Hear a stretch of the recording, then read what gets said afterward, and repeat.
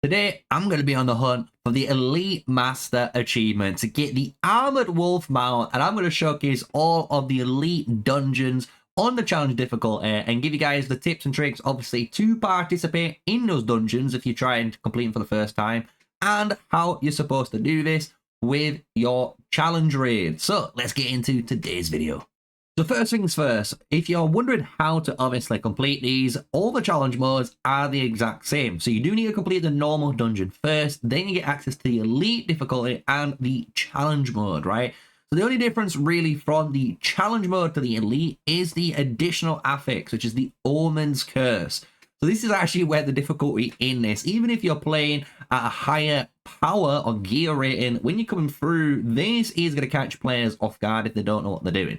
So basically, you're going to get a stack every single second, basically, while you're in combat in the boss fights. And while you're doing that, you're basically getting these stacks to a maximum of 55. If you get 55 stacks, you instantly die. And during this whole boss fight of each dungeon, you're going to be able to get these different portal effects. Each portal is going to reduce the amount down by 30, and more importantly, it has a designated respawn timer. So we don't know exactly, obviously, the nitty-gritty times. I might figure it out in this video, but they are on a timer. It's normally after 30 to 40 stacks. Normally, the next portal does appear. So with that information, it is down to you and your group to manage the stacks while completing these different challenges. So let's get into the first dungeon and going from the very beginning, which is the Library of Chaos, because my account, as you noticed in the beginning, didn't have any of these. So we had to go through all of these different dungeons, and I wanted to have a big shout out, honestly, to the Invictus guys. They came together on the EU server. I'm now in the Invictus Guild too, so thank you for accepting me. And we've been able to basically get a group together and get this achievement done. So let's showcase our progression for it. So we boot up into the Library of Chaos, and as you can see, it is going to be easier to do this achievement if you power up your characters. That's kind of like a nice tip and trick to do if you're hunting for the Armored Wolf. Maybe just wait out on the first, couple of days and just power up. Maybe, after a week, get your gear to about 90 or so, and then try and do it. You'll notice the actual DPS you're able to deal is actually insane. And on certain bosses, you can see us, and I'm going to showcase it, some really funky mechanics. But here is the Doomsday, right? So you can see at the very top corner there, that stack is applying. I'm on 18 stacks, 19, 20. And this is our first run where we didn't really have someone realistically on portal duty. So the first portal actually does kill us all. I wanted to put this in just to showcase, look, not everyone's going to be smooth when you first go, especially for players that don't know what they're doing, or even just players that haven't really set up, responsible roles, right? So this just showcases, look, even me, I just realized, look, we're not going to get this done because our portal stacks are getting too high already. So I kind of let the wolf kill me and said to these guys in the chat we're in, look, we're going to die from the Doomsday. So do you want to hit on the 30 mark or a little bit lower? Or I can do it with my blinks, because you'll see I die, right? So I die because the Doomsday stacks hitting 55.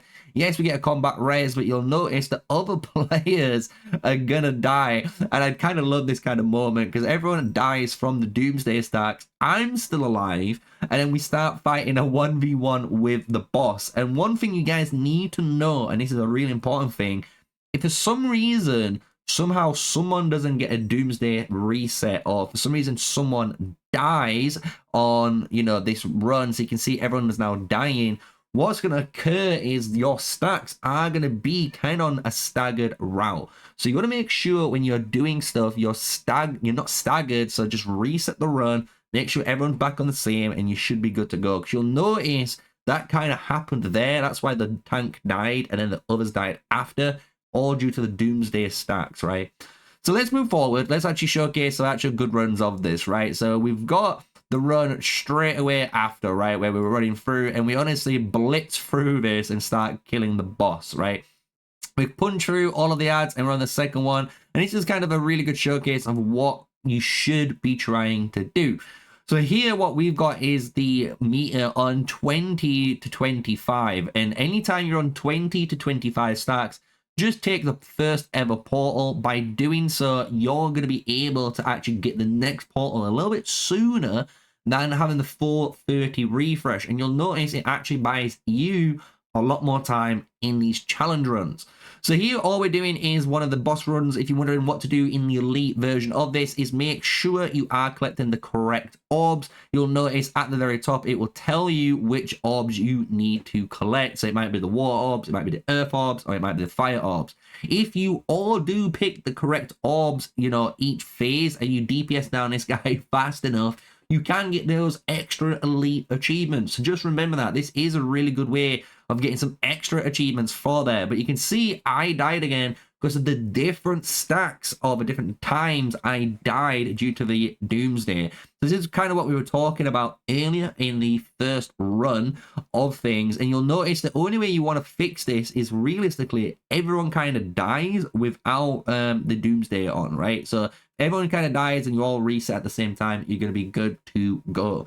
So we get through the next boss, smash through, going all the way, and we're on the final boss. And I must admit, when you go through here, this is kind of, I don't know about you guys, but this is kind of a dream, right? When everyone somehow presses the portal in the perfect spacing, and look how good that looks, guys. That looked crazy. The amount of just space was perfect. So we're on the last boss on the library. Nothing too crazy here. We honestly burst through this one really, really fast, and we get through it, right? So this is basically the library all come through. I died. I'm like, oh no, it's up to 3 guys, but obviously with just the tank, healer, and DPS, we're able to get through. Boom, they get it killed.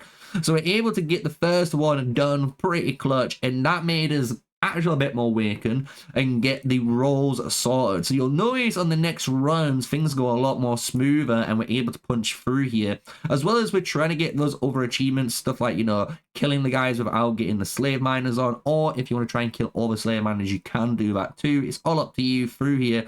So we punch through and we get to obviously the first major boss here, which is Centurion, on the second dungeon on the elite challenge. And it's the same thing like before, guys. So remember the Doomsday stacks, and we're just going to be DPSing this guy down. I did ask, and if you did want to, you could, in theory, you know, let the ads spawn so you can get that extra achievement, right? It's killing so many guys in this dungeon. If you don't want to do that, you can just let them fly. We didn't want to do that just because it's just extra DPS and time wasted, so we kind of focused onto the main boss.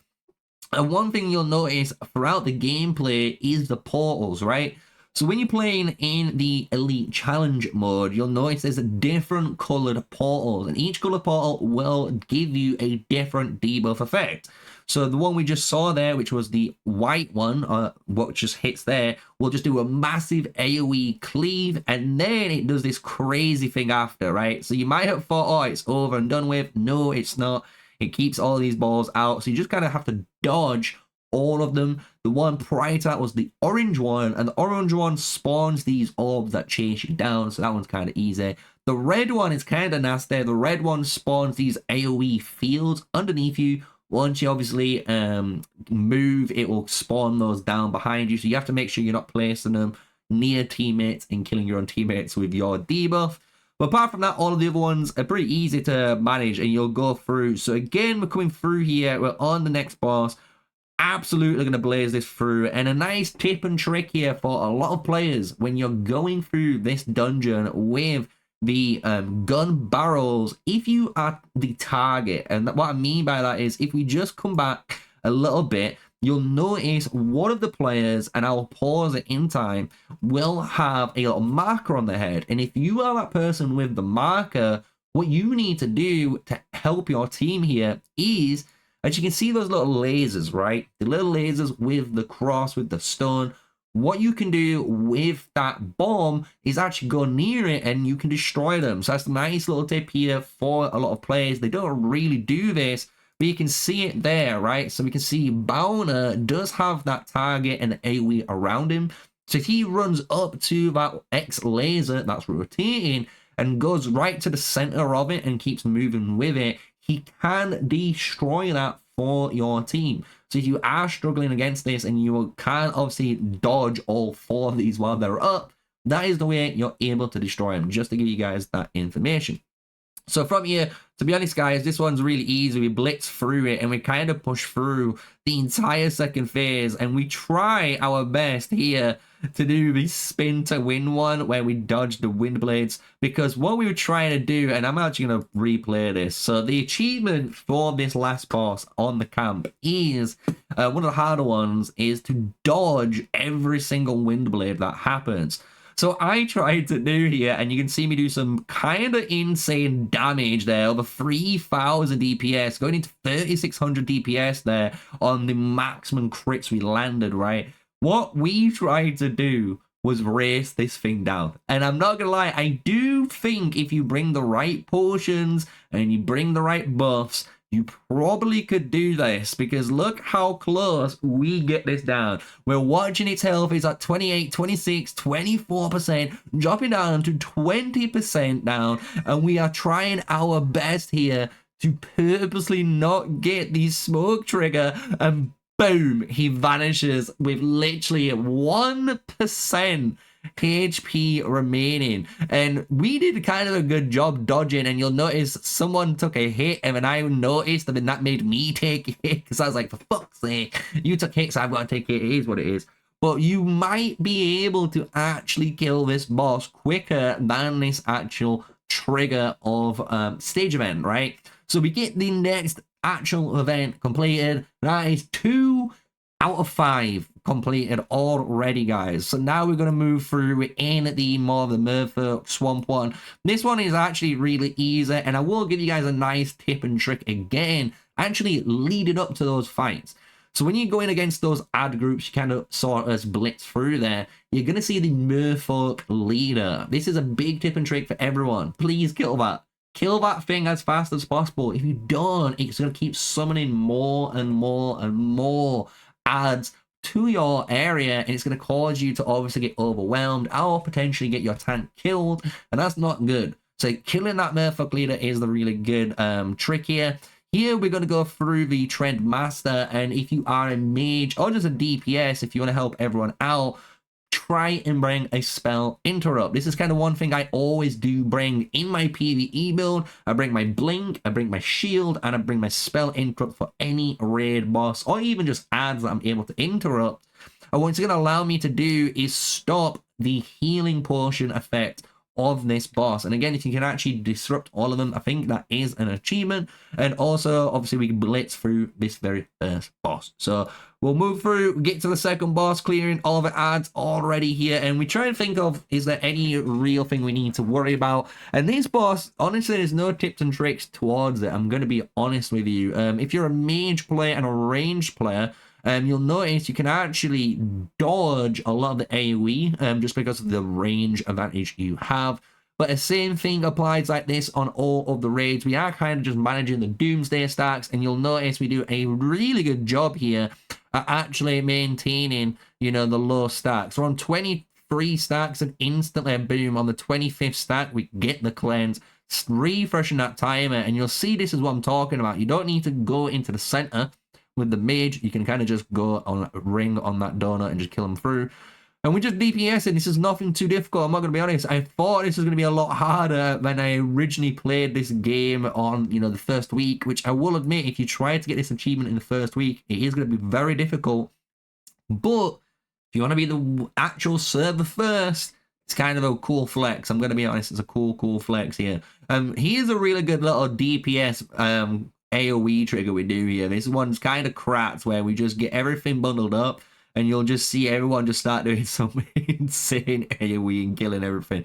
Kind of real fun. So we get to the final boss. This one's not too difficult. My only tip and trick on here, honestly, is to kill those 2 ads as fast as possible. The sooner you kill them and you keep both of those walls up, you can go back to DPS and the boss, and it makes your jobs kind of easy. You can do what we have here, which Moon Cookie does, which I think is a really good tank job.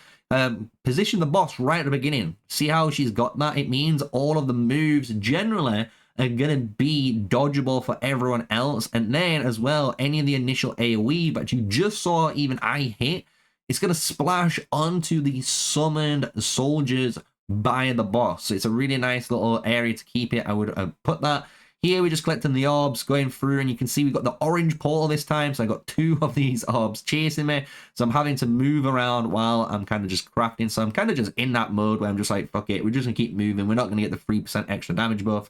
We're going to keep cooking. And you can see ammunition, or ammunition, should I say, at the top. Playing mage as well. 3,000, guys. 3,000 DPS on a mage. He is strong. I do have 99 gear to his 100. And we do get the boner on the ranger, right? The ranger on the top. And you'll see, if you're playing ranger, this is a really good class for dungeons on raids. You guys are doing, honestly, one of the top DPSs, the most consistent in the game. But with that, that's 3 completed, so we need to move into the next one. We couldn't believe how quick these were going, so we were kind of smashing through here, and we get to the plant, and this has an achievement too, which we was able to get. So one thing, again, if you're able to kill these bosses quicker than certain stages apply, you're going to be able to actually get the achievement. So one we get here is to do the spiky ground. So a lot of players in this list or in our group didn't have the achievement for obviously not taking any damage during the spiky ground phase. So what you'll notice is even during this one, everyone tries to come together to try and get that achievement. But if you're killing this thorny princess faster than that actual stage triggers, you're gonna get the achievement, which is really, really cool. You'll see it appear, well, you'll see all those guys get the thing, because I'm about to, I believe, die to something. I forgot what I died to. I just randomly just get dropped out of nowhere, I think. Oh no, we don't. We just kill it. We just kill it. We just kill it. It's just, it is what it is. We just kill it. There we go. Boom. Spiky ground. We just got it, and we didn't even get to, you know, the actual stage. Just to showcase that if you are trying to get achievements, maybe come back when you're a little bit stronger, you can actually breeze through a lot of them. So now we go through a lot of ad killing, like always, coming up to the bear one. And again, really good position by Moon Cookie here. Having the bear in this initial area just means it allows you to make sure none of that damage hits the towers. Because if you don't know, with the bear, any of this damage can destroy those towers. It's kind of the tank's job to position it in a really good position and keep it there for everyone else. So we get the Doomsday Portal, we've got the Orange Chase. Unfortunately, Moon Cookie has 2 of them on her and having to run around the bear while obviously not taking the damage from those orbs, otherwise she's going to get stunned, and it's not a good time at all. But here we go, almost killing the bear, coming down to the final things. He gets his enraged, and we kind of just pump through it. I'm not going to lie, we kind of just pump through it, guys. It's just that easy now, unfortunately. But we're coming up to, obviously, the end of the bear one. There's no real tips and tricks on here, apart from, again, if you want to make it a little bit easier for yourself, what you can do is just have the tank position it where you see, let the tank pull it to one of the statues, and let the DPS actually hit the actual statue or the healer, and it allows the tank just to keep it where it needs to be, and it can get dispelled pretty quick. So we're on the final boss here, and this one isn't, I'm not gonna lie, there's nothing really tip and tricks on this apart from the maze. So I don't know if you guys didn't know this, but when you get knocked back during the Lightning Druid dungeon, one thing you're able to do is actually jump over the little spinny room mechanics. I don't know if you guys knew that.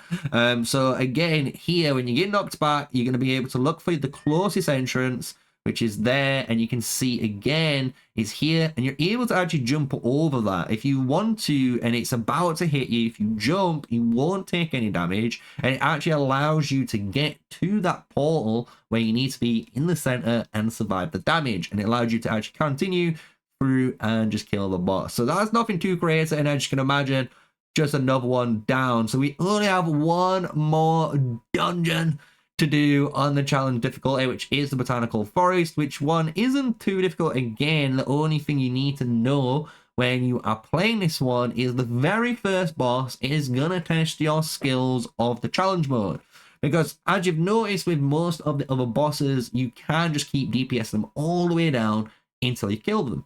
But the very first boss in this dungeon is more of a staged or a timed fight. And what we mean by that is if you go across and we start the fight, you'll notice at certain thresholds when this boss loses HP, so maybe like 30% or 20% of its HP, it's gonna go into a shield like you can see. It's gonna go to absorb zone, and you have to deal with these adds. So you do need to understand how the Doomsday Portal works here, making sure you are taking the actual time, right, to go and, you know, how can I put it?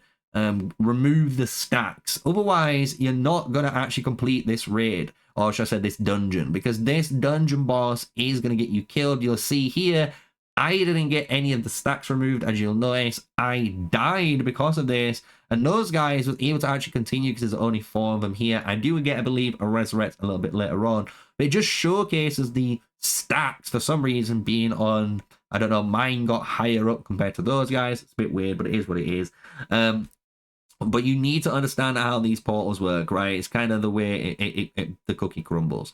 So here we go through the fire. You can see I'm kind of watching, and then we all get a reset. So now we have to actually think. We was like, okay, let's get these done correctly. We do it on the 22 mark, go all the way through, get to the next phase, start DPSing down. We're on 28 marks now, and you'll notice the portal is about to spawn. Boom, there's the portal spawn. Great to see that. And instantly down to 9. And that means the next portal, if we need it, is going to be around the 40 to 50 mark. So it is going to be tight, but it's the way you're going to have to do it if you are trying to complete this dungeon.